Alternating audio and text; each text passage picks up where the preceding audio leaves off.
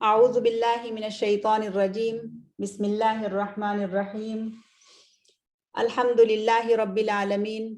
وصلی اللہ علی نبینا محمد وعلی آلہ واصحابہ اجمعین سبحانک اللہم لا علم لنا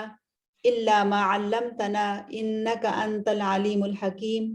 ولا حول ولا قوة الا باللہ العلی العظیم اللہم علمنا ما ينفعنا وانفعنا بما علمتنا وزدنا علما وعملا متقبلا یا رب العالمین اللہم انا نبرأ الیک من حولنا وقوتنا وعلمنا وحفظنا وذکائنا ونلتجئ الى حولک وقوتک یا ذا القوة المتین آمین یا رب۔ فی بیت الحبیب صلی اللہ علیہ وسلم کے سلسلہ کا ایک ایسا پروگرام جس میں رسول اللہ صلی اللہ علیہ وسلم کی زندگی بعثت سے قبل بحیثیت شوہر کے آغاز ہوتا ہے۔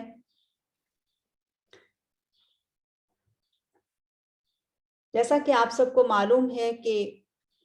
انبیاء علیہم السلام کی سیرت مطہرہ ان لوگوں کے لیے کہ جو ان پر ایمان لائیں بے انتہا اہمیت کی حامل ہے۔ جب اللہ سبحانہ و تعالیٰ نے انسانوں کی ہدایت کے لیے انبیاء بھیجے تو ہر قوم یا ہر امت کا نبی اس قوم یا اس امت کے افراد کے لیے مثل باپ ہے، کیونکہ انبیاء باپ سے کہیں زیادہ محنت سے انسانوں کی ہدایت اور ان کی ابدی کامیابی کے حصول کے لیے کوشش کرتے ہیں۔ باپ دنیا میں آنے کا سبب بنتا ہے اور ایک بچے کی تربیت میں اور پروان میں ایک اہم کردار ادا کرتا ہے، اور اس کی اہمیت سے کسی کو بھی انکار نہیں، لیکن نبی کی حیثیت بہت اہم ہے، باپ سے بھی بڑھ کر کے، کہ وہ انسانوں کو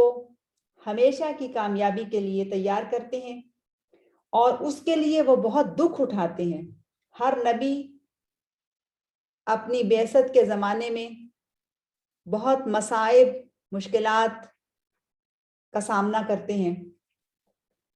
لیکن اپنی قوم کو یا اپنی امت کو، اپنے اصحاب کو حقیقی نجات اور کامیابی کا راستہ دکھاتے ہیں۔ قرآن مجید میں امت محمدیہ صلی اللہ علیہ وسلم کو خطاب کر کے کہا گیا ملت ابیکم ابراہیم، تمہارے باپ ابراہیم کی ملت علیہ السلام۔ تو اس سے معلوم ہوتا ہے کہ ملت ابیکم ابراہیم، کم سے مراد یعنی تم امت محمدیہ، تمہارا باپ ابراہیم جن کی ملت تم ہو، اور نبی صلی اللہ علیہ وسلم کے باپ تو وہ تھے ہی، یہاں پر ابی کا نہیں کہا گیا بلکہ ابیکم کہا گیا ہے۔ جس طرح سے نبی صلی اللہ علیہ وسلم کو لقد کان لکم فی رسول اللہ اسوۃ حسنہ، لکم تمہارے لیے رسول صلی اللہ علیہ وسلم کی زندگی میں اسوہ ہے، بہترین اسوہ ہے۔ ایسے ہی یہاں پر بھی قوم کے صیغے سے امت محمدیہ کے لیے ابراہیم علیہ السلام کے بارے میں کہا گیا کہ وہ تمہارے باپ ہیں اور تم ابراہیم علیہ السلام کی ملت ہو۔ تو جہاں رسول اللہ صلی اللہ علیہ وسلم کی مبارک زندگی امت کے ہر فرد کے لیے انتہائی اہم ہے، اسی طرح سے امت کے مرد و خواتین کے لیے اپنی ماؤں یعنی امہات المومنین کی سیرت کو پڑھنا یہ بھی بہت اہم ہے، اور پچھلے پروگرام میں اس کی اہمیت کے بارے میں بتا چکی ہوں۔ جب نکاح کے رشتے میں بند کر انسان ایک ازدواجی زندگی کا آغاز کرتا ہے تو دو مختلف مزاج کے لوگ ایک چھت کے نیچے جمع ہوتے ہیں۔ رسول اللہ صلی اللہ علیہ وسلم کی مبارک زندگی میں بعثت سے پہلے صرف ایک ہی نکاح تھا، جس میں وہ سیدہ خدیجہ رضی اللہ عنہا کے ساتھ ایک بھرپور زندگی گزار رہے تھے۔ اور پچھلے پروگرام میں میں نے آپ کو بتایا کہ نبی صلی اللہ علیہ وسلم کا ایک سے زیادہ نکاح، اس کی کیا وجوہات ہیں اور کیا اس میں حکمتیں ہیں اور کیا اس کے اندر پوشیدہ بھلائیاں امت کے لیے موجود ہیں اور تھیں، جن کے بارے میں ہم نے جانا۔ تو مختلف مزاج، مختلف عادات، مختلف تقالید اور مختلف پس منظر کے ساتھ جب رسول اللہ صلی اللہ علیہ وسلم مختلف مزاج رکھنے والی کئی خواتین سے، وہ خواتین جو تمام تر انسانی فطرت پر پیدا کی گئی ہیں، ان کے مزاج کو سمجھنا، پھر ان کی تربیت کرنا، پھر ان کے ساتھ خوبصورت نباہ کرنا، یہ دراصل رسول اللہ صلی اللہ علیہ وسلم کی زندگی کا بحیثیت شوہر ایک بہت ہی خوبصورت پہلو ہے، اور جسے ہم نے بہت اچھی طرح سے اسٹڈی کرنا ہے اور اس پہلو میں اپنے لیے زندگی اور عملی زندگی کے لیے بہترین رہنمائی حاصل کرنی ہے۔ رسول اللہ صلی اللہ علیہ وسلم کی وفات کے وقت سیدہ خدیجہ رضی اللہ عنہا کے علاوہ تمام زوجات محترمات یعنی ہماری مائیں زندہ تھیں، اور تمام امہات المؤمنین میں سے کوئی ایک ہماری ماں بھی ایسی نہیں کہ جنہوں نے رسول اللہ صلی اللہ علیہ وسلم کی زندگی میں یا ان کی زندگی کے بعد ان کی شخصیت کے بارے میں کسی قسم کی بھی کوئی بھی منفی رائے رکھی ہو، کسی طرح کا بھی کوئی شکوہ ہو۔ ہاں، جب معاملات ہو رہے تھے زندگی کے تو اس میں یقیناً کچھ مطالبات تھے، اس میں یقیناً کچھ چیزیں تھیں جو ایک انسانی زندگی اور اس کی فطرت کا حصہ ہے، لیکن شکوہ اور شکایت ہو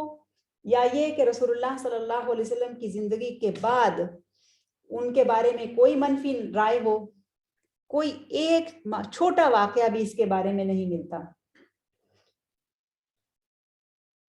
ایک شخص کی زوجیت میں موجود خواتین، اور وہ بھی مختلف طرح کی خواتین، مختلف بیک گراؤنڈ کے ساتھ، مختلف احساسات و جذبات کے ساتھ، مختلف مشاعر کے ساتھ آنے والی خواتین کے ساتھ رسول اللہ صلی اللہ علیہ وسلم جس طرح سے نباہ کرتے ہیں، یہ ان کی شخصیت کے ایک اور طرح کے خوبصورت پہلو کو بہت زیادہ واضح کرتی ہے۔ اور اسی طرح سے ایک لفظ عربی زبان میں آتا ہے، وہ ہے غیرہ یا غیرہ، اردو میں بھی ہم استعمال کرتے ہیں، اور یہ ہے دراصل کسی بھی عورت کے وہ جذبات کہ جو وہ اپنے شوہر کی دوسری بیوی کے حوالے سے اپنے دل میں رکھتی ہے،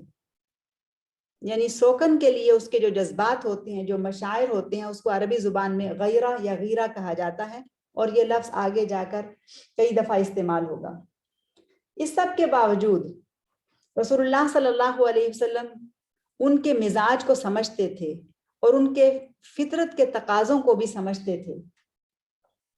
اور اس سب کے باوجود رسول اللہ صلی اللہ علیہ وسلم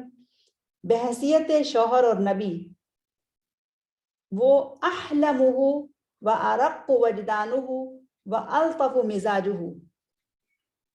بہترین حلم اور بردباری والے، اور چھوٹی چھوٹی چیزوں کو بھی، چھوٹے چھوٹے مشاعر کو بھی پہچان کر ان کا احساس رکھنے والے، اور مزاج کی نرمی گرمی کو سمجھنے والے تھے۔ اور مرد جو کہ اللہ سبحانہ و تعالیٰ نے اس کو یہ صلاحیتیں دی ہیں کہ وہ ایسا بنے، اس کو اپنی صلاحیتوں کو نکھارنے کی اور تربیت لینے کی ضرورت ہوتی ہے۔ جب ہم اس سیرت کا مطالعہ کرتے ہیں تو ہم دیکھتے ہیں کہ رسول اللہ صلی اللہ علیہ وسلم کس طرح سے ازواج مطہرات کے معاملے میں درگزر کا معاملہ کیا کرتے تھے۔ آگے چل کے آپ دیکھیں گی کہ جب نبی صلی اللہ علیہ وسلم نے جویریہ بنت الحارث رضی اللہ عنہا سے نکاح کیا تو اس نکاح پر باقی ساری ازواج جو اس سے پہلے موجود تھی وہ افسردہ ہو جاتی ہیں، تو رسول اللہ صلی اللہ علیہ وسلم ان کی اس افسردگی کو پہچان لیتے ہیں اور اتنے ہلکے پھلکے انداز میں درگزر کا معاملہ کرتے ہوئے کہتے ہیں کہ انہن صواحبات یوسف و ان کیدہن عظیم، کہ یہ سب یوسف کے قصے میں موجود خواتین کی طرح کی خواتین ہیں، اور ان کیدہن عظیم، اور ان عورتوں کی چالیں جو ہیں وہ بہت بڑی ہوتی ہیں، یعنی بہت ہلکے پھلکے انداز میں اس معاملے کو رفع دفع کیا اور ازواج مطہرات کے مزاجوں کے اوپر جو گرانی آئی تھی، جو بوجھ آیا تھا، اس کو ہلکا کر دیا۔ رسول اللہ صلی اللہ علیہ وسلم جس قدر خلق میں خوبصورت تھے، اس سے کہیں بڑھ کر خلق میں خوبصورت تھے صلی اللہ علیہ وسلم، اور ہم سب کو معلوم ہے کہ سب سے اچھا اور سب سے بہترین وہ انسان ہے جو اپنے گھر والوں کے ساتھ بہترین ہے، اور لوگوں کی پرائیویٹ لائف اور پبلک لائف اس میں بہت تضاد ہوتا ہے، لیکن یہاں ہم دیکھتے ہیں کہ رسول اللہ صلی اللہ علیہ وسلم بحیثیت شوہر ایک بہترین شوہر ثابت ہوتے ہیں، اور ان کی پرائیویٹ زندگی اور پبلک زندگی میں کسی طرح کی کوئی دو رنگی نہیں ہے، بلکہ خود اپنے بارے میں یہ کہتے ہیں اللہ تعالیٰ کی ہدایت کے مطابق قل سبحان ربی هل كنت الا بشر رسولا، یعنی تمام تعریف اور ثنا تو اللہ سبحانہ و تعالیٰ کے لیے ہے، میں ایک نبی اور رسول ہوں۔ تو بحیثیت نبی رسول اور بحیثیت انسان رسول، کہ جس کے اندر جو انسان بھی ہے اور جس کو نبوت کا منصب بھی دے دیا گیا ہے، تو اس پہلو سے اگر ہم رسول اللہ صلی اللہ علیہ وسلم کی زندگی کا مطالعہ کریں تو بہت ہی خوبصورت ان کی زندگی کا ایک باب ہمارے سامنے آتا ہے، اور یہ جو بات ہے کہ رسول اللہ صلی اللہ علیہ وسلم کی زندگی بحیثیت انسان کے اور بحیثیت نبی کے ازواج مطہرات امہات الانبیاء اور نبی صلی اللہ علیہ وسلم کی ان بیویوں کی حیات کو پڑھنے کے بعد سمجھ میں آتا ہے کہ جنہوں نے رسول اللہ صلی اللہ علیہ وسلم کے ساتھ ان حالات میں گزر بسر کی کہ جب واقعی سختی تھی، تنگی تھی، کئی طرح کی مشکلات سامنے آئی تھی، اور جو مشہور لوگ ہوتے ہیں ان میں سے بہت ایسے ہیں کہ جن کا کردار گھر کے اندر مختلف ہوتا ہے اور گھر سے باہر مختلف ہوتا ہے، ان کی زندگیوں میں دو رنگی ہوتی ہے، جبکہ ہمارے نبی محمد رسول اللہ صلی اللہ علیہ وسلم جن کی زندگی، جن کا کردار گھر اور باہر ہر جگہ ایک جیسا ہے اور صاف و شفاف ہے، اور حقیقت یہی ہے کہ انسان کی اصل پہچان تو تب ہوتی ہے جب وہ گھر کے اندر ہوتا ہے۔ فدا کا ابی و امی یا رسول اللہ، قربان جاؤں اس نبی پر کہ جب ان کی زندگی کے اس پہلو کو ہم دیکھتے ہیں یا اس طرح سے ان کی زندگی کو پڑھتے ہیں تو دل چاہتا ہے کہ بس انہی کی بات کی جاتی رہے، وہ نبی کہ جس نے مجھ کو اور آپ کو، امت کی ہر عورت کو رہتی دنیا تک کے لیے یہ احساس دیا کہ خواتین کتنی اہم ہیں، خواتین کا مقام، ان کی عزت، ان کا مرتبہ کیا ہے، ان کے مشاعر، ان کے احساسات و جذبات کیا ہیں، اور کیسے ان کی دیکھ بھال کی جائے، کیسے ان کا خیال رکھا جائے، یہاں تک کہ رسول اللہ صلی اللہ علیہ وسلم نے یہ فرمایا، اور یہ اس وقت فرمایا کہ جب ان کی وفات ہو رہی تھی، استوصوا بالنساء خیرا، استوصوا بالنساء خیرا، اپنی عورتوں کے ساتھ بہترین سلوک کرو، حسن سلوک اختیار کرو. فإن المرأة خلقت من ضلع أعوج وإن أعوج ما في الضلع أعلاه، کہ عورت ٹیڑھی پسلی سے پیدا کی گئی ہے اور زیادہ ٹیڑھ اوپر کی طرف ہوتا ہے. ما فی الضلع اعلاہ، یعنی پسلی کا جو اوپر کا حصہ ہے وہ زیادہ ٹیڑھا ہوتا ہے، اور اگر تم سختی سے اس کو سیدھا کرنے کی کوشش کرو گے تو نہیں کر پاؤ گے. جیسے ہے ایسے اس کو قبول کرو اور اس کے ساتھ اچھا سلوک اور اچھا معاملہ کرو. یہ حکم رسول اللہ صلی اللہ علیہ وسلم نے اس وقت دیا کہ جب عام لوگ جب دنیا سے جانے لگتے ہیں تو ان کو اور طرح کی فکریں ہوتی ہیں، اپنے مال کی فکر، اپنی اولاد کی فکر اور کئی طرح کی فکریں، جبکہ رسول اللہ صلی اللہ علیہ وسلم جو فکر کر رہے ہیں اس دنیا سے جانے سے قبل، ان میں سے جو اہم چیزیں ہیں، چند اہم چیزوں میں سے ایک نصیحت یہ ہے کہ استوصوا بالنساء خیرا، رہتی دنیا تک کے مردوں کے لیے ایک بہترین مثال قائم کر دی رسول اللہ صلی اللہ علیہ وسلم نے ان مردوں کے لیے جنہیں اللہ تعالیٰ نے قوام بنایا ہے، اور وہ مرد کے جو اپنی قوامیت اور مردانگی پر فخر کرتے ہیں. اور رسول اللہ صلی اللہ علیہ وسلم کے اسوہ کے اندر شوہر کے روپ میں ایک بہترین انسان موجود ہے. اگر ہم رسول اللہ صلی اللہ علیہ وسلم کی اس زندگی کے بارے میں بھی جاننے کی کوشش کریں کہ جو انہوں نے سیدہ خدیجہ رضی اللہ عنہا سے نکاح سے قبل گزاری تھی، تو وہ بھی ایک بہترین حیات ہے، ایک بہترین چیپٹر ہے رسول اللہ صلی اللہ علیہ وسلم کی زندگی کا، کہ قریش کا خوبرو، سجیلا، یتیم، با کردار، اعلیٰ اخلاق والا، انسانوں کا ہمدرد، جوانی میں ہی الصادق الامین کا لقب پا لینے والا ہاشمی نوجوان محمد کیسے نشو و نما پاتا ہے، کیسے بڑا ہوتا ہے. ایسی خوبصورت باتیں ہیں کہ دل چاہتا ہے کہ یہ تذکرے کیے ہی جاتے رہیں اور یہ خوبصورت باتیں سنی ہی جاتی رہیں، اگرچہ اس وقت یعنی زندگی کے اس حصے میں وہ نبی نہیں بنے تھے صلی اللہ علیہ وسلم. تو ذرا دیر کے لیے پیچھے جائیے، ماضی میں جھانکیے تو آپ دیکھیں گی کہ رسول اللہ صلی اللہ علیہ وسلم کا بچپن لڑکپن میں تبدیل ہوا، پھر لڑکپن کا زمانہ جوانی میں بدلا، در یتیم دادا کے جانے کے بعد چچا کی کفالت میں داخل ہوئے تو بس جوانی کی حدود میں بھی داخل ہو گئے. تو والدین کی غیر موجودگی میں اخلاق و تربیت پر کوئی زیادہ تبدیلی نہیں آئی ہے،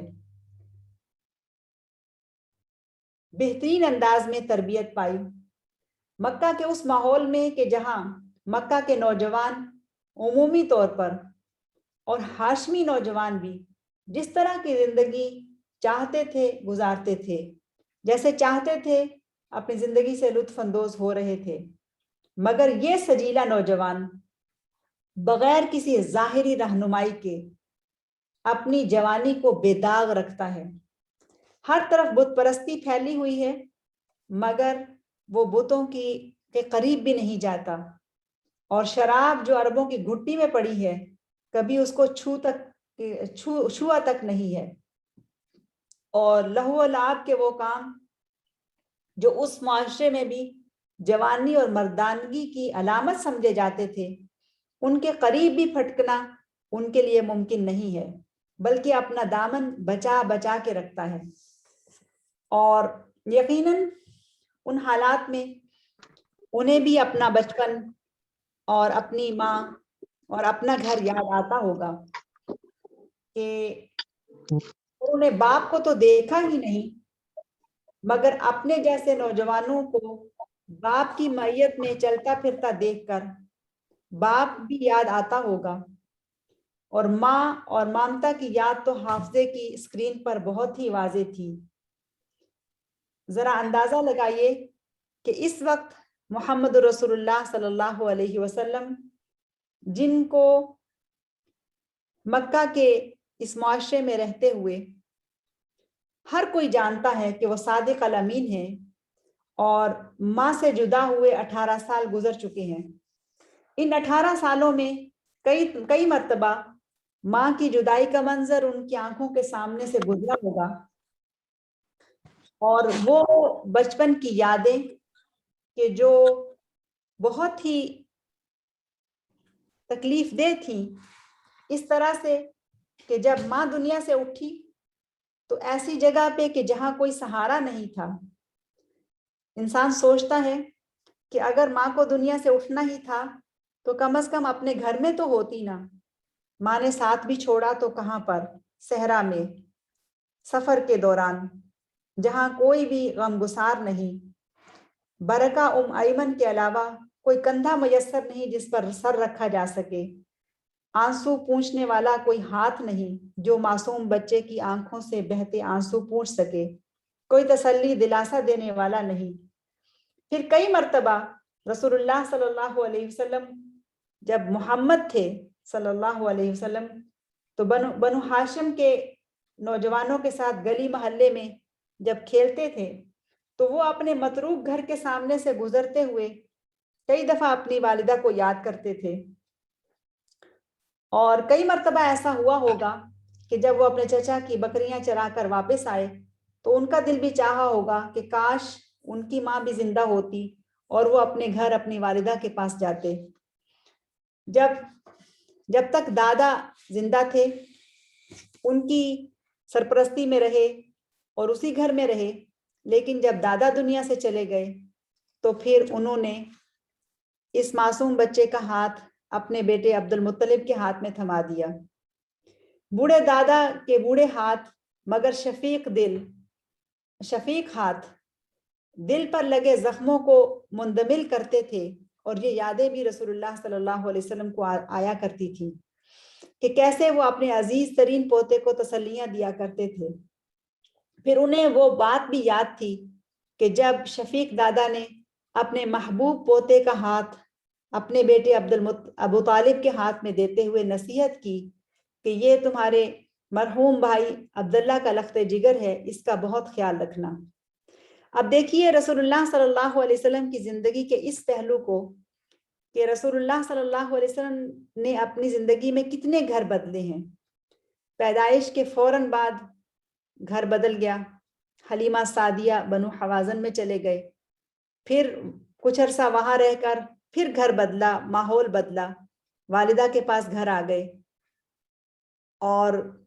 پھر یہاں سے سفر کے لیے یثرب گئے، وہاں سے واپس آئے تو والدہ نہیں تھی، تو پھر دادا کے ساتھ اس گھر میں رہے، لیکن گھر ایک مرتبہ پھر تبدیل ہو جاتا ہے اور اب وہ اپنے چچا کے گھر میں ہے، اور چچا کے گھر میں فاطمہ بنت اسد کو ماں کے روپ میں دیکھتے ہیں، اور وہیں پہ پھر پروان چڑھتے ہیں اپنے چچا زاد بھائیوں کے ساتھ، اور اس دوران اپنی جوانی کو اتنا پاکیزہ رکھتے ہیں کہ مکہ شہر کا بچہ اس ہاشمی نوجوان کو صادق الامین کے نام سے جانتا اور پہچانتا ہے۔ سبحان اللہ۔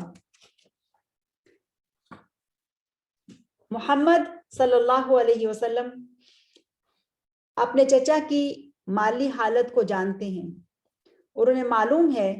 کہ ابو طالب اگرچہ قبیلہ قریش کے سردار ہیں لیکن مالی طور پر بہت کمزور ہیں، اگرچہ وہ تجارت کرتے تھے لیکن تجارت کوئی بہت زیادہ نفع مند نہیں تھی، اور محمد صلی اللہ علیہ وسلم ہمیشہ سے اس بات کا خیال رکھتے تھے کہ ان کی ذمہ داری جو چچا کے کندھوں پر ہے وہ بہت زیادہ بھاری نہ رہے، اور جس طرح سے بھی ان کے لیے ممکن ہوتا تھا وہ ان کی مدد کیا کرتے تھے، ان کی بکریاں چرانے لے جایا کرتے تھے، کہیں سے بھی کسی طرح کا بھی کوئی کام ملتا تو اس کو کر لیتے، اور پھر رسول اللہ صلی اللہ علیہ وسلم جب ابھی نبی نہیں بنے تھے، محمد کے روپ میں، چچا کے بیٹے کے روپ میں وہ اسی طرح سے ان کی مدد کرتے تھے کہ جیسے ایک بیٹا اپنے باپ کی مدد کرتا ہے، جیسے ایک بیٹا اپنے باپ کی خیرخواہی کرتا ہے، جیسے ایک بیٹا اپنے باپ کے لیے فکر مند ہوتا ہے. اور ادھر چچا جو ہیں وہ بھی اپنے اس بیٹے کے لیے بہت فکر مند رہتے تھے اور وہ ان کے لیے ان کو بہت اپنے قریب رکھا کرتے تھے. یہاں تک کہ تقریباً 12 سال کی عمر میں ایک مرتبہ ابو طالب اپنے تجارتی قافلہ کے ساتھ شام گئے تو محمد صلی اللہ علیہ وسلم کو اپنے ساتھ لے گئے. اور وہاں سے واپسی کے بعد بھی محمد صلی اللہ علیہ وسلم اپنے چچا کی ذمہ داریوں کا بخوبی احساس رکھتے تھے. وقت گزرتا رہا اور یہ ہاشمی نوجوان 24-25 سال کی عمر تک پہنچ گیا. ایک دن ایسا ہوا کہ چچا ابو طالب کو معلوم ہوا کہ مکہ کی ایک بہت اہم پاکیزہ طاہرہ مطہرہ خاتون جو کہ تاجرہ بھی ہے، وہ اپنے قافلہ میں تجارتی قافلہ میں اپنے غلام کے ساتھ کسی ایسے انسان کو بھیجنے کے لیے تلاش کر رہی ہے کہ جو اس کا مال تجارت شام کی طرف لے جائے. اور کچھ روایات میں یہ آتا ہے کہ سیدہ خدیجہ نے ابو طالب کی طرف یہ پیغام بھیجا کہ اگر ان کی نظر میں کوئی ایسا آدمی ہو کہ جو یہ کام کر سکے تو وہ ان کو بتائیں. یعنی انہوں نے ان سے مشورہ طلب کیا. تو ابو طالب کے ذہن میں فوراً الامین الصادق کا نام آ گیا کہ طاہرہ کو ایک ایسا نوجوان چاہیے تھا، ایسا شخص چاہیے تھا کہ جو الصادق الامین ہو اور یہ کام ذمہ داری سے ادا کرے. اور ابو طالب کی نظر میں بھی اپنے گھر کے اندر موجود الصادق الامین سے بڑا کوئی نام نہیں تھا. تو ایک دن ایسے ہی ہوا، محمد اپنے چچا کی بکریاں چرا کر واپس آئے صلی اللہ علیہ وسلم. تو چچا نے انہیں اپنے پاس بلا لیا اور ان سے مشورے کے انداز میں پوچھا، کیا بیٹے خدیجہ اپنا مال تجارت ہر سال بھیجا کرتی ہیں شام کی طرف، اور اس سال بھی وہ اپنا مال تجارت بھیج رہی ہیں، لیکن وہ کسی ایسے انسان کی تلاش میں ہیں کہ جو ان کا مال تجارت لے کر ان کے غلام کے ساتھ شام کی طرف جائے. تو کیا آپ اس کام کے لیے راضی ہیں؟ کیا آپ یہ ذمہ داری ادا کریں گے؟ تو تابعدار بیٹا اپنے چچا کو یہ جواب دیتا ہے کہ اگر آپ مجھے یہ مشورہ دیتے ہیں کہ میں یہ کام کروں تو میں اس کے لیے تیار ہوں. تو اس طرح سے یہ انتظام ہو جاتا ہے کہ وہ قافلہ کہ جو شام کی طرف جانے کے لیے تیار کھڑا ہے، محمد صلی اللہ علیہ وسلم خدیجہ کا مال تجارت اس کے غلام میسرہ کے ساتھ لے کر شام کی طرف روانہ ہو جاتے ہیں. اور یہ وہی قافلہ ہے جو رحلت الصیف ہے اور جو ہر سال شام کی طرف جایا کرتا تھا. اور یہ وہی قافلہ ہے کہ جس کے ہمراہ آج سے 18 سال پہلے وہ اپنی والدہ کے ساتھ یثرب گئے تھے، اور رسول اللہ صلی اللہ علیہ وسلم اس قافلے کے ساتھ جاتے ہیں. اور بہت ہی عمدہ تفصیل ہے اس سلسلے میں کہ جب نبی صلی اللہ علیہ وسلم میسرہ کے ساتھ خدیجہ رضی اللہ عنہا کا مال تجارت لے کر شام جاتے ہیں تو وہاں پر بھی لوگ ان کو الصادق الامین کے لحاظ سے پہچان لیتے ہیں، اور باقی سب لوگوں کی نسبت زیادہ جلدی یہ سارا مال تجارت فروخت کر دیتے ہیں اور پہلے سالوں سے حاصل ہونے والے نفع کی نسبت اس سال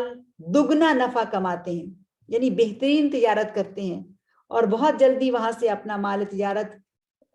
فروخت کر کے اور نیا مال تجارت خرید کر فارغ ہو جاتے ہیں اور واپس مکہ پہنچ جاتے ہیں. جب مکہ پہنچتے ہیں تو میسرہ جو خدیجہ کا غلام ہے، وہ اس پورے سفر کے دوران اس صادق الامین کے قریب رہنے کی وجہ سے عجیب و غریب مشاہدات کرتا ہے، عجیب و غریب شخصیت اس کے اوپر کھلتی ہے، عجیب و غریب چیزیں اس کے سامنے آتی ہیں، اور وہ تو دل میں بے چین ہے کہ کب وہ اپنی مالکن کے پاس پہنچے اور مال تجارت کے نفع اور نقصان کے بارے میں بتانے سے پہلے وہ اس انسان کی شخصیت کو ان کے سامنے پیش کرے۔ اور اس کے لیے تو یہ سفر بہت ہی عجیب سفر ہے کہ اس نے یہ سفر ایسی شخصیت کے ساتھ گزارا ہے کہ وہ شخصیت کے جو بہت ہی مختلف طرح کی شخصیت ہے اور بہت ہی حیران کن شخصیت ہے۔ تو پھر ایسے ہی ہوتا ہے، قافلہ واپس آ جاتا ہے اور نفع کے ساتھ واپس لوٹتا ہے، اور جب مکہ میں پہنچتے ہیں تو محمد صلی اللہ علیہ وسلم تو کعبہ کا طواف کرنے چلے جاتے ہیں اس سے پہلے کہ وہ اپنے بزنس کی، اپنی تجارت کی رپورٹ مالکہ کو دیں، لیکن میسرہ فوراً خدیجہ کے پاس جا کر مال تجارت کی بات کرنے سے پہلے محمد رسول اللہ صلی اللہ علیہ وسلم کے ساتھ سفر کے دوران گزرے ہوئے حالات و واقعات پیش کرتا ہے۔ اور جب محمد صلی اللہ علیہ وسلم کعبہ کے طواف سے فارغ ہوتے ہیں تو پھر ان کے قدم بھی خدیجہ کے گھر کی طرف اٹھتے ہیں، اور یقیناً وہ ایک کامیاب تجارتی سفر سے واپس آئے ہیں۔ یہ ایک بزنس ٹرپ ہے کہ جس میں ان کو کامیابی نصیب ہوئی ہے، اور یقیناً وہ خوش ہیں، اور کیوں نہ خوش ہوں، اپنے کامیاب بزنس ٹرپ پر تو ہر شخص ہی خوش ہوتا ہے۔ اپنی تجارت کے بڑھ جانے اور اپنی تجارت کے کامیاب ہونے پر کسے خوشی نہیں ہوتی۔ محمد بھی خوش ہیں صلی اللہ علیہ وسلم، اور پھر وہ خدیجہ کے پاس جاتے ہیں، اور یہ ان کی خدیجہ رضی اللہ عنہا سے پہلی ملاقات ہے۔ ایک خوبصورت رانا وسیم قسیم ان کے سامنے کھڑا ہے، بااعتماد چہرہ، خوبصورت نگاہیں، نہایت ادب و احترام سے خدیجہ کی طرف اٹھتی ہیں مگر پھر فوراً جھک جاتی ہیں۔ شام کے تجارتی سفر کی اور نفع کی روداد اور رپورٹ پیش کر دی جاتی ہے، اور اپنی بات کو جہاں تک پیش کیا جانا ہے پیش کر کے فارغ ہوتے ہیں اور قدم واپسی کے لیے مڑ جاتے ہیں، اور اپنے چچا ابو طالب اور اپنی ماں فاطمہ بنت اسد کے گھر آ جاتے ہیں۔ ابو طالب انہیں پا کر بہت خوش ہوتے ہیں، کیوں نہ ہو، اس لیے کہ ان کا عزیز بھتیجا ایک کامیاب سفر کے بعد واپس آیا ہے، اور اس سفر سے انہیں جو نفع ملا ہے وہ بھی دگنا ہے، اور اس نفع میں خدیجہ پہلے سے ابو طالب کو یہ بتا چکی ہیں کہ جس شخص کو آپ میرے اس قافلے کے ساتھ بھیجیں گے اسے میں بھی دگنا نفع دوں گی۔ تو اس طرح سے رسول اللہ صلی اللہ علیہ وسلم یعنی محمد صلی اللہ علیہ وسلم جب واپس آتے ہیں تو ایک بہترین کامیاب سفر کے بعد اچھی انکم کے ساتھ واپس آتے ہیں۔ ابو طالب بہت خوش ہوتے ہیں، اور نبی صلی اللہ علیہ وسلم بھی خود اپنے دل میں بہت مطمئن ہیں کہ ان کا یہ سفر بھی کامیاب رہا، اور جو ذمہ داری انہیں سونپی گئی تھی انہوں نے اسے بھی بخوبی ادا کر دیا۔ اب آگے کیا ہوتا ہے؟ سیدہ خدیجہ اس ہاشمی نوجوان سے ملاقات کر کے خوش ہوتی ہیں، نہ صرف ان کا تجارت کا نفع انہیں پسند آتا ہے بلکہ اس ہاشمی نوجوان کی اپنے گھر آمد اور ان سے ملاقات بھی انہیں خوش کرتی ہے، اور ساتھ ہی ساتھ میسرہ کا بیان اور اس کی باتیں تو انہیں اور بھی زیادہ مطمئن اور خوش کر دیتی ہیں۔ اور پھر کئی دنوں کی سوچ و بچار کے بعد جو کہ خدیجہ اندر ہی اندر کرتی چلی جا رہی ہیں، ان کی ایک سہیلی نفیسہ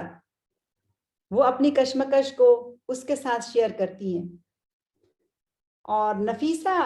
سیدہ خدیجہ سے یہ کہتی ہیں کہ آپ خام خواہی کئی دنوں سے اتنی پریشان ہو رہی ہیں، اس میں کوئی حرج نہیں کہ آپ کے دل کی خواہش اس کو میں لے کر جاؤں اور محمد کے سامنے پیش کروں صلی اللہ علیہ وسلم. لیکن خدیجہ تذبذب میں ہیں اور وہ یہ سوچتی ہیں کہ صادق الامین کا لقب پانے والا یہ ہاشمی نوجوان کیا اپنی بھرپور نوجوانی میں ایک عمر رسیدہ عورت کو قبول کر لے گا، اور عمر رسیدہ بھی ایسی کہ جو اس سے پہلے 2 نکاح کر چکی ہے اور جو اولاد والی ہے، جبکہ مکہ کی کنواریاں اور بنو ہاشم کی زہرات ایک سے بڑھ کر ایک اس ہاشمی نوجوان کے لیے موجود ہیں. اور مکہ کا شاید ہی کوئی گھرانہ ایسا ہو جہاں نوجوان بچیاں نہ ہوں اور وہ اس امید پر نہ ہو کہ شاید یہاں سے کوئی پیغام ان کے لیے پہنچ جائے. لیکن سیدہ خدیجہ کی اس کشمکش کو ان کی سہیلی نفیسہ یہ کہہ کر ہلکا کر دیتی ہیں کہ بات کرنے میں کوئی حرج نہیں ہے، اور پھر وہ یہ ذمہ داری بھی لے لیتی ہیں. وہ کہتی ہیں کہ میں جا کے یہ پیغام آپ کا پہنچاتی ہوں. اور سیدہ کہ جن سے نکاح کے لیے قریش کے بڑے بڑے سردار لوگ موجود ہیں، اور نہ صرف موجود ہیں بلکہ وہ انہیں پیغام بھی بھیج چکے ہیں اور وہ ان کے پیغامات کو رد کر چکی ہیں.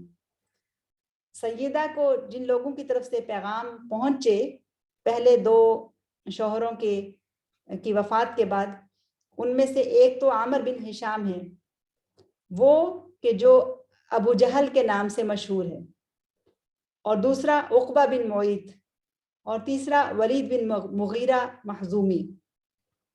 تو عامر بن ہشام، عقبہ بن معیط اور ولید بن مغیرہ، اگر کوئی مکہ کی تاریخ کو جانتا ہے تو یہ 3 وہ لوگ ہیں کہ جو مکہ میں ایک بہت اہم پوزیشن رکھتے ہیں،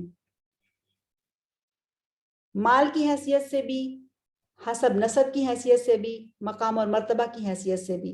لیکن خدیجہ انہیں رد کر دیتی ہیں. اور اب نفیسہ ان کا پیغام لے کر اگر جا بھی رہی ہیں تو کہاں؟ 25 سال کے ہاشمی نوجوان کے پاس. وہ ان سے ملاقات کرتی ہیں اور حال احوال پوچھنے کے بعد ان سے پوچھتی ہیں، یا محمد صلی اللہ علیہ وسلم، کیا نکاح کا کوئی ارادہ نہیں ہے؟ اور اب یہ بات بھی ذہن میں رہے کہ اس وقت وہ ایک کامیاب بزنس کے بعد واپس آئے ہیں اور اب ان کی مالی حالت بھی مستحکم ہو گئی ہے. اب وہ اس پوزیشن میں ہیں کہ وہ نکاح کر سکیں. تو نبی صلی اللہ علیہ وسلم انہیں جواب دیتے ہیں کہ ارادہ تو ہے لیکن ابھی کچھ فیصلہ نہیں ہے، ابھی کوئی بات حتمی بات نہیں ہے، واضح نہیں ہے. تو وہ جلدی سے انہیں کہتی ہیں، اگر میں آپ کے سامنے کوئی بات رکھوں تو محمد جواب دیتے ہیں صلی اللہ علیہ وسلم، تو میں سوچ سکتا ہوں. وہ کہتی ہیں کہ اگر میں آپ کے سامنے ایسا آپشن رکھوں کہ جو جمال میں، مال میں، شرف میں اور کفو میں بہت بہترین ہو. کفو یعنی ہر چیز میں برابری، مقام اور مرتبہ میں بھی برابری ہو، اور اس لحاظ سے تو محمد جواب دیتے ہیں کیوں نہیں، اور آپ بتائیے وہ کون ہے جس کا پیغام آپ لے کر آئی ہیں یا جس کے بارے میں آپ مجھے بتانا چاہتی ہیں. تو نفیسہ کہتی ہے خدیجہ بنت خویلد. رسول اللہ صلی اللہ علیہ وسلم ان سے سوچ و بچار کے لیے کچھ وقت لیتے ہیں. وہ کہتے ہیں کہ میں کچھ سوچ بھی لوں اور میں اپنے چچا سے مشورہ بھی کر لوں. اور نفیسہ واپس چلی جاتی ہیں. چند دن کے بعد وہ ان کا جواب لینے کے لیے پھر آتی ہیں، اور اس دوران محمد صلی اللہ علیہ وسلم اپنے چچا سے مشورہ کر چکے ہیں اور چچا بھی اس رشتے پر خوش ہیں. اور جب نفیسہ جواب لینے کے لیے آتی ہے تو اسے ہاں میں جواب ملتا ہے. نفیسہ کی خوشی کا کوئی ٹھکانہ نہیں. وہ اپنی دوست خدیجہ کے پاس واپس جا کے انہیں بتاتی ہیں کہ آپ کی مراد پوری ہو گئی. اور پھر خدیجہ اپنے گھر میں نکاح کی تیاری کرتی ہیں اور دوسری طرف محمد صلی اللہ علیہ وسلم اپنے چچا اور قریش کے چند معزز لوگوں کو ساتھ لے کر خدیجہ کے گھر چلے جاتے ہیں اور یہ نکاح ہو جاتا ہے. اس طرح سے نکاح ہوتا ہے کہ محمد صلی اللہ علیہ وسلم کے ساتھ ان کے ولی کی حیثیت سے ان کے چچا ابو طالب ہیں اور خدیجہ کی طرف سے ان کے ولی کی حیثیت سے ان کے چچا اسد بن عبد العزیٰ ہیں، چونکہ خدیجہ کے والد بھی فوت ہو چکے ہیں. تو محمد کے ساتھ بھی ان کے ولی چچا اور خدیجہ کے ساتھ بھی ان کے ولی ان کے چچا عامر بن اسد، یہ دونوں ولی ہیں اور نکاح پڑھانے کی ذمہ داری ورقہ بن نوفل کو دی جاتی ہے جو سیدہ خدیجہ کے چچا زاد بھائی ہیں. وہ نکاح پڑھاتے ہیں. تو سب سے پہلے ابو طالب خطبہ نکاح پڑھتے ہیں اور وہ یہ کہتے ہیں کہ میں اپنے بھتیجے محمد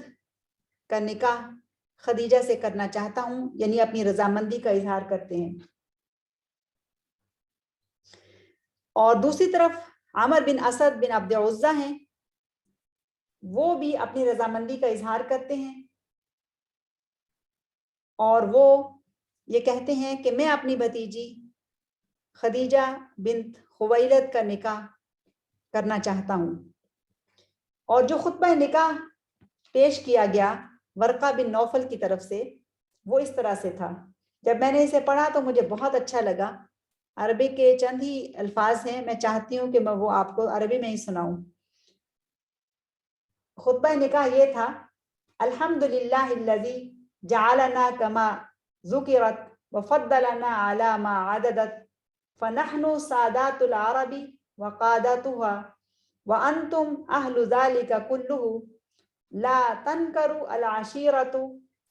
فضلکم ولا يرد احد من الناس فخرکم وشرفکم وقد رغبنا في الاتصال بحبلکم وشرفکم فاشهدوا علی یا معشر القریش بأنی قد زوجت خدیجہ بنت خویلد من محمد بن عبداللہ علی الصداق. ثم سکت. ورقہ بن نوفل مختصر سا خطبہ پڑھتے ہیں کہ تمام تعریف اللہ ہی کے لیے ہے، جیسا کہ اس نے خود اپنی تعریف بیان کی ہے اور جیسا کہ اس نے خود اپنا فضل بیان کیا ہے. اور ہم عرب کے سردار اور لیڈر اور جو دوسری پارٹی ہے یعنی دوسرے لوگ جو ہیں وَأَنْتُمْ أَهْلُ ذَلِكَ كُلَّهُ، اور تم بھی ایسے ہی ہو، یعنی نبی صلی اللہ علیہ وسلم کے ساتھ جو لوگ ہیں ان کو مخاطب کرتے ہوئے کہتے ہیں کہ ہم دونوں عرب کے سادات ہیں اور لیڈر ہیں اور ہم آپ کے خاندان کے فضل کو بھی مانتے ہیں کہ آپ کا خاندان، اس کا جو فضل، اس کا شرف، اس کا فخر، اس کو کوئی شخص بھی رد نہیں کر سکتا. یعنی آپ لوگ قابل فخر ہو، قابل شرف ہو اور آپ کی حیثیت اور پوزیشن کو ہر کوئی پہچانتا ہے. اور وہ کہتے ہیں وَقَدْ رَغِبْنَا فِي الْاِتِّصَالِ بِحَبْلِكُمْ وَشَرْفِكُمْ، ہم نے سوچا، یعنی سیدہ خدیجہ کے بحاف پر وہ کہہ رہے ہیں، ورقہ بن نوفل جو ان کے چچا زاد بھائی ہیں، ہم نے سوچا کہ ہم آپ کے ساتھ، آپ کے شرف کے ساتھ مل جائیں اور آپ کے ساتھ تعلقات نکاح کے ذریعے سے قائم کریں، یعنی دو خاندان آپس میں مل جائیں. اور وہ کہتے ہیں فاشہدوا علیہ، یعنی اے معاشر قریش، اے قریش کی جماعت، تم اس بات پر میرے گواہ رہو کہ میں نے خدیجہ بنت خویلد کا نکاح محمد بن عبداللہ سے اتنے مہر کے اوپر کیا ہے. اور مہر جو مقرر ہوا تھا وہ 500 درہم مقرر کیا گیا تھا. تو اس طرح سے یہ نکاح ہو جاتا ہے اور یہ نکاح شام کے سفر سے واپسی پر تقریباً 2 مہینے اور کچھ روایات کے مطابق 3 مہینے کے بعد ہوا. خدیجہ بنت خویلد کے ساتھ جب نکاح ہوتا ہے تو ذہن میں رہے کہ گھر ایک مرتبہ پھر بدل جاتا ہے. سبحان اللہ. خدیجہ بنت خویلد کون ہیں؟ ان کا تعارف میں آپ کے سامنے رکھتی ہوں. اور ایسی ہستی، ایسی خاتون کہ جو اپنی ذات میں بے مثال ہے. خدیجہ بنت خویلد کانا سیدا من سادات قریش. ان کے والد جو ہیں وہ قریش کے سرداروں میں سے ایک بڑے سردار تھے. اور خدیجہ بنت خویلد کے والد یعنی خویلد اپنے والد کے سب سے چھوٹے بیٹے تھے. اور روایت کیا جاتا ہے کہ اگرچہ وہ جاہلیت میں بہت اہم مقام رکھتے تھے اپنے خاندان کے اندر اور پورے مکہ کے اندر، لیکن جب یمنی بادشاہ طبہ نے حجر اسود کو چرانے کے لیے اپنا آدمی بھیجا اور اس نے حجر اسود کو چرانے کی کوشش کی تو یہ خویلد ہی تھے کہ جنہوں نے اس آدمی کو اس حرکت سے روکا اور حجر اسود کے درمیان حائل ہو گئے اور اس عمل کو روک لیا. تو اس کارنامے کے بعد وہ اپنی قوم میں پہلے سے زیادہ مشہور ہو گئے اور ان کی وفات حرب الفجار میں ہوئی ہے، یعنی مشہور جنگ جو اس سے پہلے ہوئی تھی اس میں خویلد فوت ہو گئے تھے، خدیجہ رضی اللہ عنہا کے والد. خدیجہ رضی اللہ عنہا کی والدہ فاطمہ بنت زائدہ بن اسم. فاطمہ بنت زائدہ بن اسم یہ مکہ مکرمہ کی بہترین خواتین میں سے تھیں. کھلے چہرے والی، خوبصورت، متناسب جسم کی مالکہ، عظیم خاتون. اور لوئی بن غالب بن فہد بن مالک پر ان کا شجرہ نسب نبی صلی اللہ علیہ وسلم کے شجرہ نسب سے جا ملتا ہے. یہ بات بہت اہم ہے، ذہن میں رکھیے گا کہ کس طرح سے سیدہ خدیجہ کا شجرہ نسب وہ نبی صلی اللہ علیہ وسلم کے شجرہ نسب سے ملتا ہے. تو ماں کی طرف سے بھی اور باپ کی طرف سے بھی. اور سیدہ خدیجہ ایک اور خوبصورت تعلق کے ساتھ بھی نبی صلی اللہ علیہ وسلم کی رشتہ داری میں ہے، یعنی ایک ہی خاندان ہے، ایک ہی قبیلہ ہے. تو اس میں ایک اور رشتہ اس طرح سے بھی ہے کہ سیدہ خدیجہ کی دادی حالہ بنت عبد مناف بن قصی بن کلاب ہیں.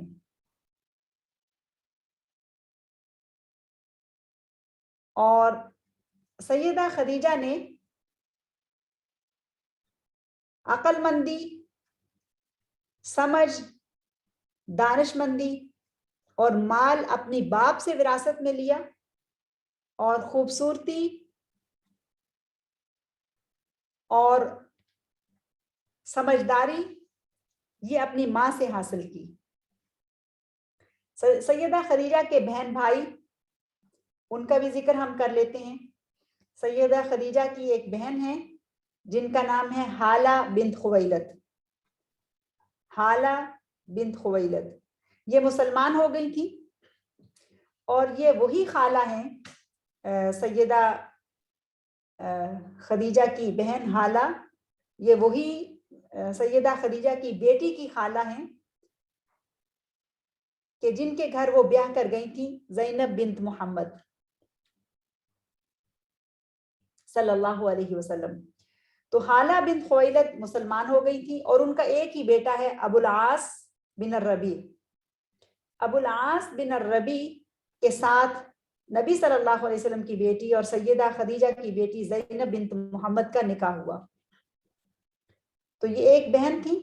اس کے بعد سیدہ خدیجہ کے بھائی ہیں. پہلے بھائی ہیں ان کے العوام بن خویلد. العوام بن خویلد یہ بھی بہت اہم شخصیت ہے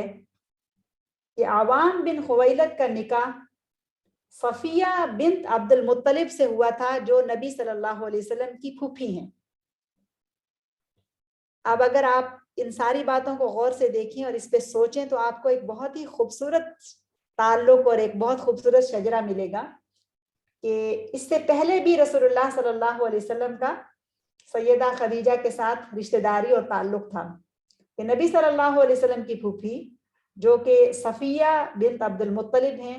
ان کا نکاح سیدہ خدیجہ کے بھائی العوام بن خویلد سے ہوا. اور نہ صرف یہاں تک یہ بات اہم ہے بلکہ عوام بن خویلد کے بیٹے ہیں زبیر بن العوام. زبیر بن العوام جن کے والد عوام بن خویلد ہیں جو کہ خدیجہ کے بھائی ہیں اور جن کی والدہ صفیہ بنت عبد المطلب ہیں، یہ وہ زبیر بن العوام ہیں جو من المبشرین بالجنہ میں سے ہیں، یعنی وہ لوگ کہ جن کو جنت کی بشارت دی گئی 10 لوگ، ان میں زبیر بن العوام بھی ہیں. اور پھر زبیر بن العوام کے بیٹے عبداللہ ابن زبیر ہیں. اور ایک اور یہاں پر خوبصورت تعارف یہ بھی ہے کہ زبیر بن العوام کی شادی اسماء بنت ابی بکر سے ہوتی ہے، اور زبیر بن العوام جو ہیں وہ ابو بکر کے داماد بھی ہیں رضی اللہ عنہ. تو اس طرح سے یہ جو بھائی ہیں سیدہ خدیجہ کے، ان کے ذریعے سے نبی صلی اللہ علیہ وسلم کے خاندان کے ساتھ اور ابو بکر صدیق کے خاندان کے ساتھ یہ ان کی رشتہ داری قائم ہو جاتی ہے. اور یہ رشتہ داری یعنی خویلد کا نکاح زبیر بن العوام سے، یہ سیدہ خدیجہ کے محمد صلی اللہ علیہ وسلم کے نکاح سے پہلے کا ہے، یعنی اس سے پہلے سے ہی یہ ایک رشتہ یہاں پر موجود ہے.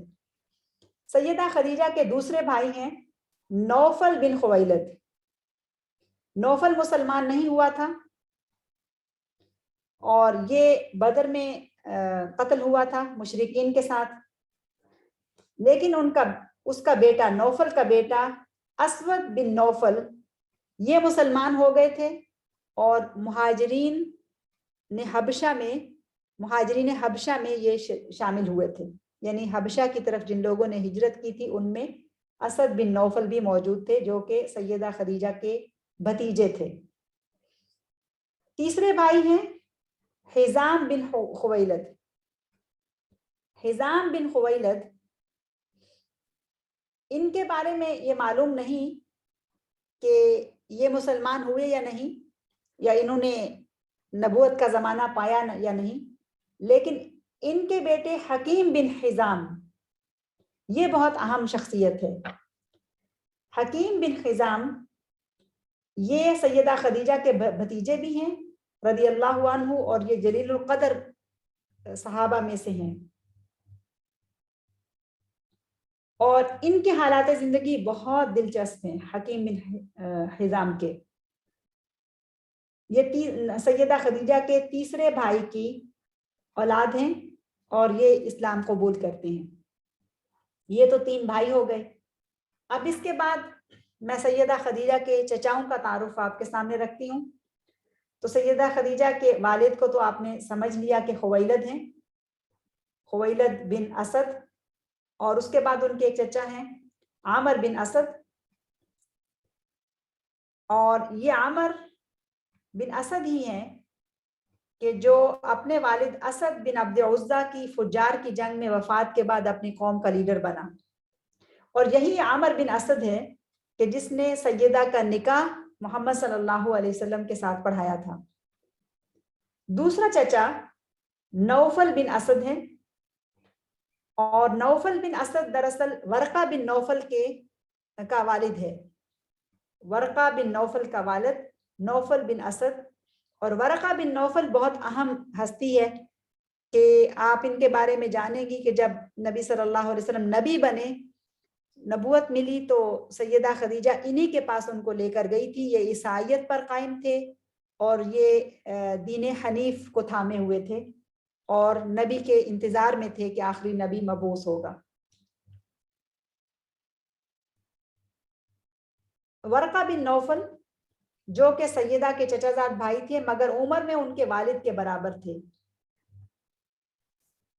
ان کی جو دین حنیف پر قائم ہونے کی وجہ سے ان کی حنیفیت کا اثر سیدہ خدیجہ رضی اللہ عنہا کی زندگی پر بھی بہت زیادہ تھا. سیدہ خدیجہ بھی بتوں سے بہت دور تھی، اور باوجود اس کے کہ وہ بت پرست معاشرے میں رہتی تھی، لیکن کوئی بھی واقعہ ان کے بارے میں نہیں ملتا کہ انہوں نے کبھی بھی بتوں پر قربانی کی ہو یا بتوں کی پرستش کی ہو۔ ورقہ بن نوفل ان 4 لوگوں میں سے تھے جو لوگوں کو بھی بت پرستی سے روکتے تھے، خاص طور پر قریش کو بت پرستی سے روکتے رہتے تھے۔ اور یہ 4 لوگ تھے کہ جو دین حنیف پر قائم تھے اور آخری نبی کے ظہور کے منتظر تھے۔ بتوں سے نفرت اور بیزاری ان کے اندر موجود تھی،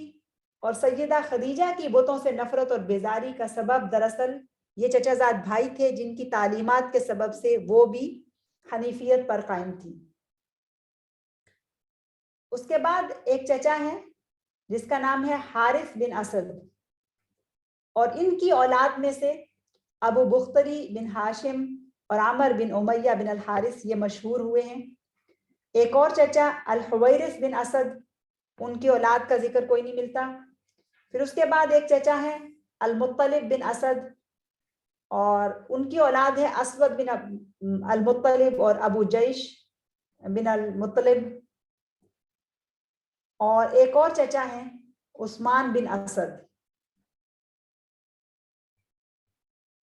تو یہ تو تھا تعارف سیدہ خدیجہ کے خاندان کا، چچا، اور اس کے بعد پھر پھوپھی کا ذکر کرتے ہیں۔ تو ان کی 2 پھوپھیاں ہیں، اور سیدہ خدیجہ کی ایک پھوپھو وہ ہیں ام حبیب بنت اسد، ام حبیب بنت اسد، اور دوسری ہے ارنب بنت اسد۔ ارنب بنت اسد کے زیادہ واقعات نہیں ملتے، اور یہ بھی معلوم نہیں کہ وہ مسلمان ہوئی یا نہیں، یا انہوں نے بعثت کے وقت کو پایا یا نہیں۔ اور جو پہلی پھوپھی ہے ان کا بھی یہ نہیں ملتا ہے کہ انہوں نے بھی بعثت کا وقت پایا یا نہیں، لیکن ان کا یعنی ام حبیب بنت اسد جو سیدہ خدیجہ کی پھوپھی ہیں، ان کا نبی صلی اللہ علیہ وسلم کے ساتھ رشتہ قائم ہوتا ہے۔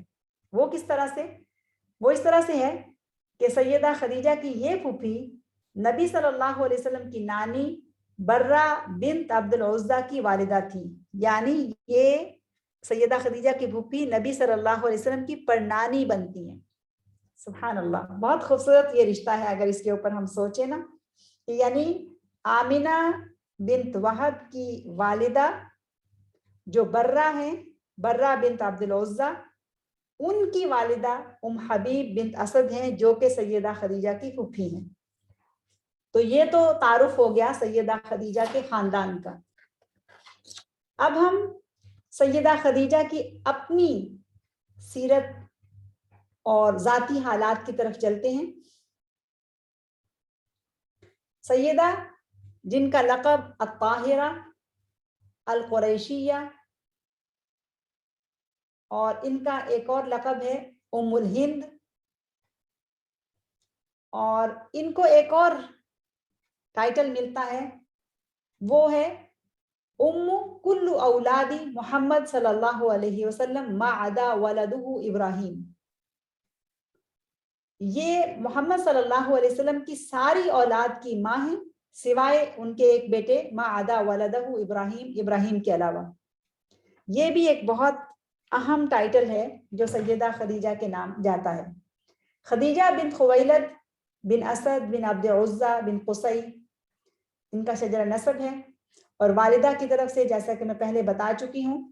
آپ پھر سے اس کو دیکھیے، یہ بہت خوبصورت شجرہ نسب ہے جس کو سمجھنے سے پورا ایک نقشہ سامنے آتا ہے رشتوں کا اور تعلقات کا، مکہ کے اندر، قریش کے اندر، کہ کس طرح سے رسول اللہ صلی اللہ علیہ وسلم کا خاندان اور سیدہ خدیجہ کا خاندان یہ دونوں آپس میں ملتے ہیں۔ تو خدیجہ کہ جس طرح سے مکہ میں طاہرہ کے نام سے مشہور تھیں اور بہت بلند مقام تھا ان کا، عجب بات یہ ہے کہ نہ ہی محمد نام کا کوئی نوجوان اس سے پہلے مکہ میں تھا اور نہ اس وقت تھا، اور نہ ہی خدیجہ نام کی کوئی خاتون مکہ میں تھی۔ یہ دونوں شخصیتیں اپنے نام کے اعتبار سے بھی بہت مختلف اور منفرد تھیں۔ محمد اور خدیجہ صلی اللہ علیہ وسلم ورضی اللہ عنہا.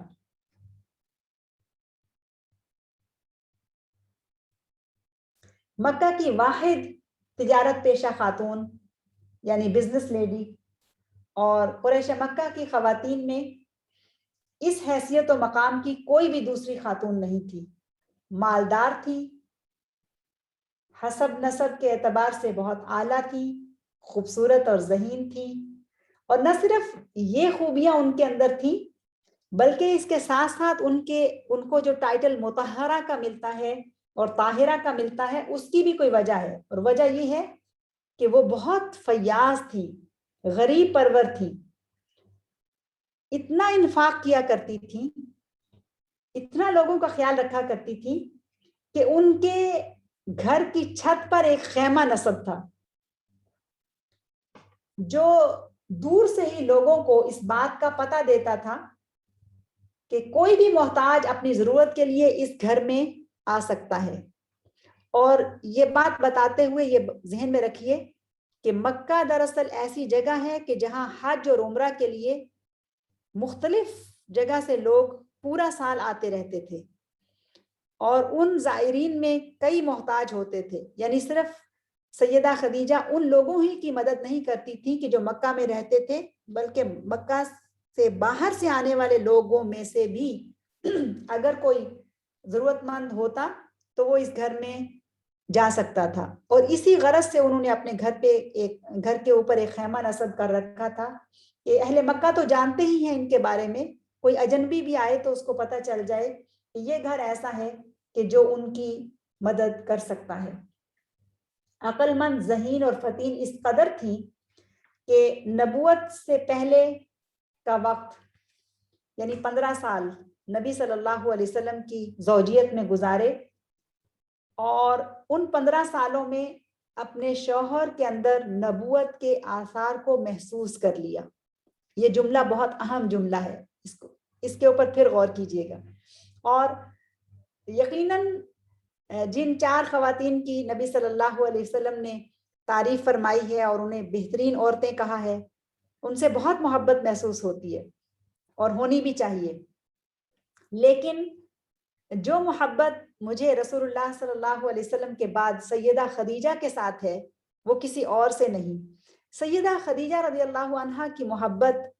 ایک عجب محبت ہے، ایک عجب شخصیت ہے. یہ جتنا بھی ان کی زندگی کے اوپر غور کریں اور جتنا کچھ ان کی زندگی سے ہمیں اپنے عمل کے لیے ملتا ہے شاید ہی کسی اور سے ملتا ہو. یقیناً ہر زوجہ محترمہ اپنی جگہ بہت اہم ہے اور بہت کچھ ان سے سیکھا جا سکتا ہے، لیکن سیدہ خدیجہ کی زندگی جس طرح سے مجھے فیسینیٹ کرتی ہے یا میرے لیے رول ماڈل بنتی ہے یا میں جتنا اس کو سراہتی ہوں وہ بہت ہی عجب ہے. اور مجھے امید ہے کہ آپ بھی اس طرح سے ان کی زندگی کو ڈیٹیل میں اسٹڈی کر کے نہ صرف ان سے محبت کریں گی بلکہ ان کو اپنے لیے رول ماڈل بنانے کی کوشش بھی کریں گی انشاءاللہ. تو یہ جو ابھی میں نے آپ سے یہ جملہ کہا ہے نا کہ ایسی ذہین، فتین، سمجھدار، عقل مند خاتون کہ جو اپنے شوہر کے اندر نبوت کے آثار کو محسوس کر لے، کتنی بڑی بات ہے یہ.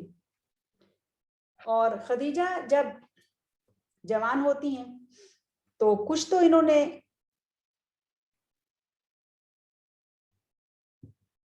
عقل مندی اور ذہانت اپنے اور قیادت کی خوبی اپنے والد سے لی اور کچھ خوبیاں انہوں نے اپنی والدہ سے لی. جب جوان ہوئی تو ان کا نکاح ہوا عتیق بن عائض المخزومی سے. اب 2 طرح کی روایات ملتی ہیں. کچھ روایات میں یہ پتہ چلتا ہے کہ پہلا شوہر عتیق بن عائض المخزومی ہے، اور کچھ روایات میں یہ پتہ چلتا ہے کہ پہلا شوہر ابو حالہ ہے. لیکن اس میں جو بھی ہو بہرحال یہ 2 شخص ان کی زوجیت میں آئیں پہلے. تو عتیق بن عائض المخزومی اور ابو حالہ بن نباش بن زرارہ التمیمی. اور تیسرے شوہر ہیں محمد بن عبداللہ بن عبد المطلب الہاشمی. سبحان اللہ. تو خدیجہ کا ایک نکاح ہوتا ہے عتیق بن عائض المخزومی سے، دوسرا نکاح ہوتا ہے ابو حالہ بن نباش سے جو کہ اپنی قوم کا معزز اور مالدار انسان تھا، اور اس نے جو ترکہ چھوڑا تھا وہ سیدہ خدیجہ کی ملکیت میں ہوا اور اسی پر انہوں نے بزنس بھی شروع کیا. اور تیسرا نکاح ان کا محمد بن عبداللہ بن عبد المطلب الحاشمی سے ہوا. اب ہم ان کی اولادوں کا ذکر کرتے ہیں. تو ایک شوہر جو ہند بن عتیق ہیں، ان سے ان کی پہلی بیٹی پیدا ہوئی. ایک شوہر جو عتیق بن عائض ہیں، ان سے ان کی پہلی بیٹی ہے ہند بنت عتیق. میں پھر سے کہہ دوں، شاید کہنے میں کچھ غلطی نہ ہو گئی ہو. ایک شوہر عتیق بن عائض المخزومی جن سے ان کی پہلی بیٹی ہند ہے، ہند بنت عتیق. تو سیدہ خدیجہ کی پہلی اولاد ان کی بیٹی ہے جس کا نام ہند ہے. دوسرا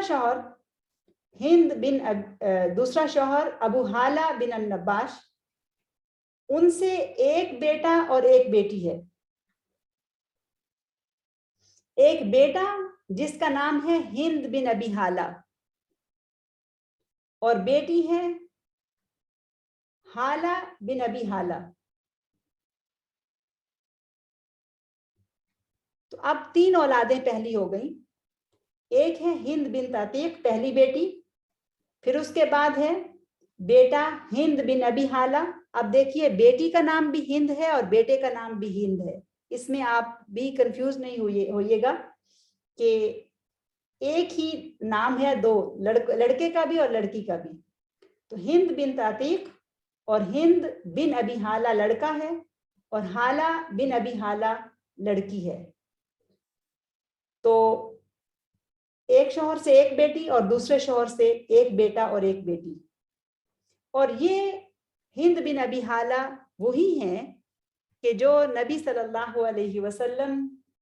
کے وصف کو، ان کے شمائل کو بیان کیا کرتے تھے. کان وصافن. اور یہ وہی ہیں سیدنا حسن اور حسین کے ماموں کہ جن کے پاس جا کر انہوں نے باری باری نبی صلی اللہ علیہ وسلم کے خلق اور ان کے خلق کے بارے میں جاننے کی کوشش کی. اور یہ مشہور اور طویل روایت ہے جسے ہم نے شمائل میں پڑھا ہے. یہ وہی ہند بن ابی حالہ ہیں. تو یہ 3 اولادیں پہلے شوہروں سے ہو گئیں. اب نبی صلی اللہ علیہ وسلم سے جب نکاح ہوتا ہے اور نکاح کے بعد نبی صلی اللہ علیہ وسلم سیدہ خدیجہ کے گھر میں منتقل ہو جاتے ہیں. تو محمد صلی اللہ علیہ وسلم سے ہونے والی اولادیں وہ اس طرح سے ہیں: القاسم بن محمد صلی اللہ علیہ وسلم، اور اسی نام سے رسول اللہ صلی اللہ علیہ وسلم کو کنیت ملی ابو القاسم. اور اس کے بعد پھر بیٹا عبداللہ بن محمد، اور اس کے بعد بیٹی ہے زینب بنت محمد صلی اللہ علیہ وسلم، رقیہ بنت محمد صلی اللہ علیہ وسلم، ام کلثوم بنت محمد صلی اللہ علیہ وسلم، اور فاطمہ بنت محمد صلی اللہ علیہ وسلم.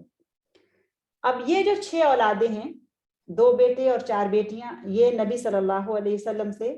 ان کی پیدا ہوئیں. 6 بچے پیدا ہوئے. لیکن کل ملا کر سیدہ خدیجہ کی جو اولاد ہے وہ اس طرح سے ہے: 3 بیٹے ہند بن ابی حالہ، قاسم بن محمد اور عبداللہ بن محمد. مجھے امید ہے کہ یہ بات آپ سب کے لیے بہت واضح ہوگی، اور شاید آپ کو تعجب ہو کہ میں کیوں اتنی تفصیل سے ان ناموں کو بتا رہی ہوں. ان شخصیات کو جاننے کے لیے ان کے ناموں کو جاننا اور ان رشتوں کو سمجھنا بہت ضروری ہے. تو سیدہ خدیجہ کی کل اولاد وہ دراصل 3 بیٹے اور 6 بیٹیاں ہیں. اور 3 بیٹے جن کا نام میں آپ کو بتا چکی ہوں، 6 بیٹیاں جن کا نام اس طرح سے ہے: ہند بنت عتیق، حالہ بنت ابی حالہ، اور اس کے بعد 4 بنات الرسول یعنی زینب، رقیہ، کلثوم اور فاطمہ رضوان اللہ علیہم اجمعین. تو 3 بیٹے اور خدیجہ بنت خویلد رضی اللہ عنہا. خدیجہ رضی اللہ عنہا کو یہ اعزاز حاصل ہے کہ تمام امت اسلامیہ کے طوائف یعنی گروہ، ان سب کے نزدیک ان کو بہت بہت اعلیٰ مقام حاصل ہے، بہت بڑا مقام حاصل ہے. اور ان کے بارے میں نبی صلی اللہ علیہ وسلم نے یہ کہا ہے کہ خیر نساء العالمین اربع، کہ 4 خواتین ہیں کہ جو پوری دنیا میں سب سے بہترین خواتین ہیں، جن میں مریم بنت عمران و ابنت مزاحم یعنی امرات فرعون، فرعون کی زوجہ ہے اور مزاحم کی بیٹی ہے، اور خدیجہ بنت خویلد، فاطمہ بنت محمد و بنت خدیجہ، یعنی خدیجہ اور فاطمہ، خدیجہ اور محمد کی بیٹی فاطمہ. تو ان 4 خواتین کو نبی صلی اللہ علیہ وسلم نے کہا کہ انہوں نے اپنے ایمان کو کامل اور مکمل کیا، پرفیکٹ تھی اپنے ایمان میں، اور ان کی تعریف بیان کی. اب ہم تھوڑا سا اس لحاظ سے دیکھتے ہیں کہ جب نبی صلی اللہ علیہ وسلم سیدہ خدیجہ کے گھر میں منتقل ہوئے، یعنی نکاح کے بعد جب اس گھر میں جاتے ہیں اور 15 سال بعثت سے پہلے وہ اس گھر میں گزارتے ہیں، تو سیدہ خدیجہ کا اس گھر میں کیا کردار تھا اور اس گھر کے اندر کتنے لوگ تھے جن کو جا کر رسول اللہ صلی اللہ علیہ وسلم جوائن کرتے ہیں. پہلے سے ہی ایک گھر بھرا ہوا گھر ہے کہ اولاد بھی موجود ہے، اور پھر نبی صلی اللہ علیہ وسلم بھی وہاں پر منتقل ہو جاتے ہیں. تو اب یہ گھر صرف سیدہ خدیجہ کا گھر نہیں ہے، بلکہ خدیجہ الکبریٰ الطاہرہ کے علاوہ اس گھر میں محمد صلی اللہ علیہ وسلم بھی ہیں، اور یہ ان دونوں کا گھر ہے. تو اس مبارک گھر کے اندر بسنے والے افراد، ذرا سوچیں کہ کتنے لوگ اس گھر کے اندر رہتے تھے. 3 بچے پہلے سے موجود تھے، اور پھر سیدہ خدیجہ کے ہاں بھی جب رسول اللہ صلی اللہ علیہ وسلم سے اولاد ہوئی ہے تو یکے بعد دیگرے اولاد ہوتی چلی گئی، یعنی اوپر تلے کے بچے ہوئے، اور 6 بچے رسول اللہ صلی اللہ علیہ وسلم سے ہوئے، جن میں سے 2 بیٹے انتقال کر گئے. پھر اس کے علاوہ وہاں پر علی بن ابی طالب بھی موجود ہیں. علی بن ابی طالب جن کو نبی صلی اللہ علیہ وسلم نے اپنے سیدہ خدیجہ سے نکاح کے بعد اپنے چچا سے کہہ کر اپنی کفالت میں لے لیا تھا تاکہ وہ ان کے بوجھ کو بٹا سکیں اور ان کی مدد کر سکیں.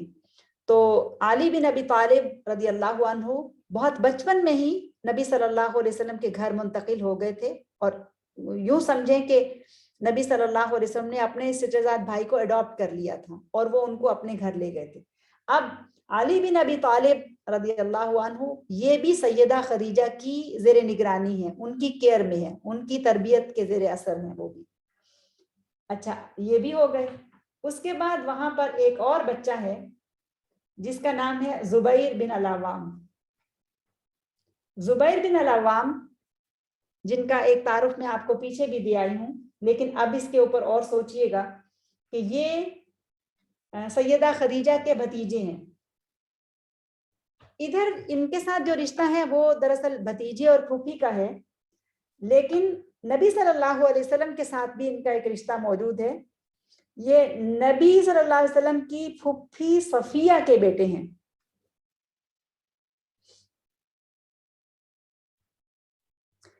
جب سیدہ خدیجہ کے بھائی عوام فوت ہوئے تو اس وقت ان کے بیٹے زبیر کی عمر صرف 2 سال تھی، وہ یتیم ہو گئے. تو خدیجہ نے انہیں اپنی سرپرستی میں لے لیا. تو اب دیکھیے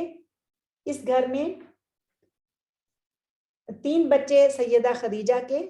وہ بھی کہ جن کے وہ بھی اب یتیم ہیں، ظاہر ہے ان کے والد بھی فوت ہو چکے ہیں.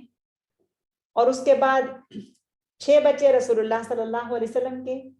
پھر اس کے بعد علی بن ابی طالب جو کہ نبی صلی اللہ علیہ وسلم کی کیئر میں ہیں، اور اس کے بعد ایک اور یتیم اس گھر میں رہ رہا ہے اور وہ ہے زبیر بن العوام. تو سیدہ خدیجہ اپنے بچوں کے ساتھ ساتھ ان یتیموں کی بھی کفالت کر رہی ہیں جو ان کے ساتھ آئے ہیں، اور وہ بھی کہ جو سرپرستی کے محتاج ہیں۔ دیکھیے کہ سیدہ خدیجہ کیسے رسول اللہ صلی اللہ علیہ وسلم کے رشتہ داروں کی کفالت کرتی ہیں۔ اب جب ہم یہ بات کرتے ہیں نا کہ امہات المومنین ہمارے لیے رول ماڈل ہیں، تو اب اس میں سے اپنے لیے عمل کی چیزیں نکالیے، سوچئے اس کے اوپر کہ کیسے وہ رول ماڈل ہیں، کہ کس طرح سے سیدہ خدیجہ اپنے شوہر رسول اللہ کے رشتہ داروں کی کفالت کر رہی ہیں، محمد کے رشتہ داروں کو کس طرح سے وہ دیکھ بھال کر رہی ہیں، کیسے ان کے اوپر اپنا مال خرچ کر رہی ہیں۔ اور یہ واقعہ دراصل بعثت سے پہلے کا ہے کہ جب حلیمہ سعدیہ ان سے ملاقات کے لیے آتی ہیں، محمد صلی اللہ علیہ وسلم سے ملاقات کے لیے آتی ہیں، تو نبی صلی اللہ علیہ وسلم اس وقت ابھی نبی نہیں بنے، لیکن وہ ان کی عزت افزائی کرتے ہیں، ان سے ملاقات کر کے بہت خوش ہوتے ہیں۔ اور یہ واقعہ تفصیل سے میں آپ کو حلیمہ السعدیہ رضی اللہ عنہا کے حالات زندگی میں بتا چکی ہوں کہ جب وہ آئے تو کیسے انہوں نے ان کا استقبال کیا، اور سیدہ کمرے سے نکل گئیں اور کیسے انہوں نے ان کو تحائف دینے کے لیے انتظام کیا، کہ ان کو 40 بکریاں بھی دیں اور ان کو لباس بھی دیا اور ان کی مہمان نوازی بھی کی اور انہیں خوش کر کے بھیجا، جبکہ رسول اللہ صلی اللہ علیہ وسلم کی طرف سے کوئی فرمائش نہیں آئی تھی، یہ نہیں کہا تھا کہ یہ کریں۔ اپنے طور پر وہ اپنے مال کو کس طرح سے اپنے شوہر کی رضا کے لیے اپنے شوہر کے رشتہ داروں کے اوپر خرچ کر رہی ہیں۔ کیا اس میں میرے اور آپ کے لیے کوئی نمونہ ہے؟ ہم خود سوچیں، ہم اپنے لیے عملی نکات خود اخذ کریں، اپنا اپنا جائزہ لیں کہ کچھ بھی اگر اپنی جمع پونجی اپنے ہاتھ میں ہو تو کیسے انسان، خاتون ہونے کے ناطے میں بات کر رہی ہوں، کہ کیسے خواتین بخل کا مظاہرہ کرتی ہیں۔ اچھا میں اپنا مال اپنے شوہر پہ خرچ کروں، اور یہاں پر بھی وہی بات ہے کہ مکلف تو وہ نہیں تھی، لیکن جب ان کے پاس وسعت ہے، جب ان کے پاس مال موجود ہے، تو یہ دل کی وسعت ہے، یہ احسان ہے کہ وہ اپنے شوہر کے رشتہ داروں کے اوپر اپنے مال کو خرچ کرتی ہیں۔ پھر اس کے علاوہ اس گھر میں اور جو لوگ ہیں، حکیم بن حزام بن حویلد، یہ سیدہ کے بھتیجے ہیں، یہ زید بن الحارثہ کو خرید کر لاتے ہیں، اور زید بن الحارثہ رضی اللہ عنہ جن کو نبی صلی اللہ علیہ وسلم پھر اپنا بیٹا بنا لیتے ہیں، اور زید بن الحارثہ جو کہ خریدے گئے تھے، اور خریدنے والا ان کو سیدہ خدیجہ کا بھتیجا ہے حکیم بن حزام، جو کہ صحابی جلیل ہیں، وہ بعد میں مسلمان ہو گئے تھے۔ انہوں نے ان کو خریدا اور لا کر اپنی پھوپھی کو دے دیا۔ اب جب یہ آتے ہیں تو اس وقت محمد صلی اللہ علیہ وسلم سیدہ خدیجہ کے گھر میں موجود ہیں، وہ اس بچے کو جو غلام کی حیثیت سے گھر میں آیا ہے نبی صلی اللہ علیہ وسلم کو گفٹ کر دیتی ہیں۔ سبحان اللہ، دیکھیں عطا ہی عطا ہے، دین ہی دین ہے، بس دیتی ہی چلی جا رہی ہیں، اور دوسری طرف جس کو وہ دے رہی ہیں وہ ہستی بھی تو بہت اہم ہستی ہے، سب سے اہم ہستی ہے، سب سے مبارک ہستی ہے۔ وہ کیا کرتی ہیں؟ وہ ان کو زید بن حارثہ کو آزاد کر کے اس کو اپنا بیٹا بنا لیتے ہیں، اور اب اس گھر میں ایک اور فرد کا اضافہ ہو گیا، اور وہ ہے زید بن الحارثہ۔ تو اندازہ لگائیں کہ کتنا بھرا پورا خاندان ہے۔ سیدہ خدیجہ رضی اللہ عنہا کی کفالت میں کتنے زیادہ اس گھر میں ہر عمر کے بچے موجود ہیں، جن میں یتیم بھی موجود ہیں، جن میں جو گارڈین شپ میں لیے ہوئے بچے بھی موجود ہیں، جن میں متبنہ بھی موجود ہیں، یعنی وہ سب بچے موجود ہیں کہ جن کی کفالت کی ضرورت ہے، اور بجائے اس کے کہ معاشرے میں وہ رلتے پھریں اور ان کی کوئی ضرورت نہ پوری ہو، بلکہ ان کی ضرورتوں کو پورا کیا گیا اپنے گھر میں لا کر، گھر کا ایک فرد بنا کر۔ کیا اس میں بھی ہمارے لیے کوئی رول ماڈل نہیں ہے؟ بہت ساری چیزیں ہیں، اگر ہم چاہیں تو ہم اس سے سمجھ سکتے ہیں۔ تو سیدہ خدیجہ نے ان سب کی کفالت کی اور دل کھول کر اپنا مال ان کے اوپر خرچ کیا۔ اب رسول اللہ صلی اللہ علیہ وسلم ایک ہی مرتبہ سیدہ کا مال لے کر تجارتی قافلے کے ساتھ گئے ہیں، اس کے بعد وہ تجارتی قافلے کے ساتھ نہیں گئے، اگرچہ تجارت تو ہو رہی تھی، ہر سال قافلہ جا رہا تھا، آ رہا تھا، بزنس چل رہا تھا، تبھی تو خرچ بھی ہو رہا تھا، لیکن سیدہ نے ان کو اس سے بے نیاز کر دیا کہ وہ اب کچھ اور زیادہ کریں، یعنی تجارتی قافلوں کے ساتھ جائیں اور اس طرح کی محنت کریں۔ ہاں البتہ گھر میں رہتے ہوئے ایک بہترین شوہر کی حیثیت سے وہ ایک بہترین کردار ادا کر رہے تھے، ہر طرح سے سیدہ خدیجہ کی مدد کرتے تھے، مشورہ دیتے تھے، رہنمائی کرتے تھے، اور خیر کے کاموں میں دونوں بڑھ چڑھ کر حصہ لیتے تھے، دونوں بڑھ چڑھ کر حصہ لیتے تھے۔ یہ بہت اہم بات ہے کہ اللہ تعالیٰ سے دعا مانگی جائے کہ اللہ تعالیٰ ہمیں حب لنا من ازواجنا و ذریاتنا قرۃ اعین، یعنی ازواج کا بھی اس راستے پر چلنا کہ جس میں ہم چاہتے ہیں کہ ہم اس راستے کے راہی بنیں، اس میں چاہے وہ زوج سے مراد مرد ہو یا عورت ہو، اگر کوئی دعا مرد مانگ رہا ہے تو اس سے مراد عورت ہے، اگر کوئی عورت مانگ رہی ہے تو اس سے مراد اس کا شوہر ہے۔ تو یہ بہت ہی اہم چیز ہے کہ جس راستے پر بھی انسان چلے اللہ تعالیٰ حق کے راستے پر چلائے، اور جب اس راستے پر انسان چلے اور نیکیاں کرنے کا ارادہ کرے تو مل جل کر نیکیاں کرے، مل جل کر حسنات کو سمیٹے۔ تو یہ وہ نمونہ ہے جو یہ خوبصورت گھرانہ اور یہ اس چھت کے نیچے یہ منظر موجود ہیں اور یہ چیزیں ہو رہی ہیں، اس میں عورتوں کے لیے بہترین نمونہ ہے۔ تو خدیجہ رضی اللہ عنہا اپنا مال نہ صرف خرچ کرتی ہیں بلکہ بے دریغ خرچ کرتی ہیں، جیسے وہ محمد صلی اللہ علیہ وسلم کے نکاح میں آنے سے پہلے مال خرچ کر رہی تھی، غریبوں کو، بیواؤں کو، یتیموں کو، اجنبیوں کو، مسافروں کو، اور اس کے علاوہ جب رسول اللہ صلی اللہ علیہ وسلم کے نکاح میں آ جاتی ہیں تو ان کے خاندان والوں کے اوپر وہ خرچ کرتی ہیں اس رشتے کی نسبت سے بھی، تو وہ بہترین ہے۔ اور جب یہ واقعہ ہمارے سامنے آتا ہے نا کہ جب نبی صلی اللہ علیہ وسلم کی رضائی مائیں ان سے ملاقات کے لیے آتی ہیں تو ان پر بھی خرچ کرتی ہیں، اگرچہ وہ سویبہ ہیں یا وہ حلیمہ سعدیہ ہیں یا ایمن ہیں، بلکہ ایمن جو ہیں وہ بھی دراصل انہی کے خاندان کا حصہ بن گئی تھی۔ جب ایمن کا نکاح زید بن الحارثہ سے ہو گیا تو وہ بھی دراصل اسی خاندان کا حصہ تھی، اور ان کے اوپر بھی سیدہ نے بے انتہا خرچ کیا۔ تو اب اگر اس رشتے کو اس طرح سے دیکھا جائے کہ نبی صلی اللہ علیہ وسلم کی جو مائیں ہیں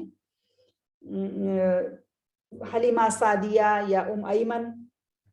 تو رشتے میں وہ سیدہ کی ساس ہیں، اور یہ وہ رشتہ ہے کہ جو بہت کیا اس کو کہیں کریٹیکل بھی ہو سکتا ہے، اور جہاں پر اکثر چیزیں چلتی رہتی ہیں۔ تو اس رشتے میں بھی کتنا ٹھہراؤ ہے، کتنا ایثار ہے، کتنی قربانی ہے، کتنی محبت ہے، کتنا احترام ہے، کس طرح سے ان کے اوپر بھی مال خرچ کیا جا رہا ہے۔ تو کیا اس میں بھی میرے اور آپ کے لیے کوئی نمونہ نہیں ہے کہ تحفہ دے کر دوسروں کا دل جیتا جائے، ان کے اوپر خرچ کیا جائے؟ یعنی میں یہاں پر جو بات کرنا چاہ رہی ہوں وہ یعنی ساس کے روپ میں جو ایک خاتون ہے، کس طرح سے اس کے ساتھ تعلقات کو بہتر کیا جائے، اس پہلو سے بھی اگر ہم اس میں سوچیں تو ہمارے لیے سیدہ خدیجہ کی زندگی میں بہترین نمونہ ہے، بہترین نمونہ ہے۔ سبحان اللہ۔ تو یہ تھی دراصل وہ خوبصورت اور پاکیزہ زندگی جو ایک چھت کے نیچے نبی صلی اللہ علیہ وسلم اور سیدہ خدیجہ نکاح کے بعد گزارتی ہیں، اور انہیں اولاد کی شکل میں بھی اللہ تعالیٰ کی طرف سے انعامات ملتے ہیں۔ اب یہ جو دورانیہ ہے یہ 15 سال کا ہے، 15 سال بہت ہی خوبصورت، پاکیزہ، پرسکون، انڈرسٹینڈنگ والی زندگی ان کی گزرتی ہے، اور جب 15 سال گزر جاتے ہیں سیدہ کی عمر 55 سال ہو جاتی ہے، اور محمد رسول اللہ صلی اللہ علیہ وسلم اپنی عمر کے 40 سال کو پہنچتے ہیں، تو پھر ایک ایسا عظیم واقعہ رونما ہوتا ہے کہ جو پوری انسانیت کی زندگی کے رخ کو بدل دیتا ہے۔ اور وہ ہے محمد رسول اللہ صلی اللہ علیہ وسلم کا نبی ہونے کی حیثیت سے مبعوث ہونا۔ اور اب جب نبوت ملتی ہے اور نبوت کے بعد پھر سیدہ خدیجہ کا کیا کردار ہے، اس کے بارے میں انشاءاللہ ہم اگلے سیشن میں پڑھیں گے۔ اللہ تعالیٰ بہت ہی رحمت نازل فرمائے محمد رسول اللہ صلی اللہ علیہ وسلم کے اوپر، اور اللہ تعالیٰ بہت زیادہ رحمت نازل فرمائے ہماری ماں خدیجۃ الکبریٰ سیدہ الطاہرہ کے اوپر، سلام اللہ علیہا۔ اللہم صلی وسلم علی نبینا محمد وعلی آلہ وأہلہ ازواجہ وذریاتہ واصحابہ اجمعین۔ سبحانک اللہم وبحمدک نشہد ان لا الہ الا انت نستغفرک ونتوب الیک۔ بسم اللہ الرحمن الرحیم۔ والعصر ان الانسان لفی خسر الا الذین آمنوا وعملوا الصالحات وتواصوا بالحق وتواصوا بالصبر۔ السلام علیکم ورحمۃ اللہ وبرکاتہ۔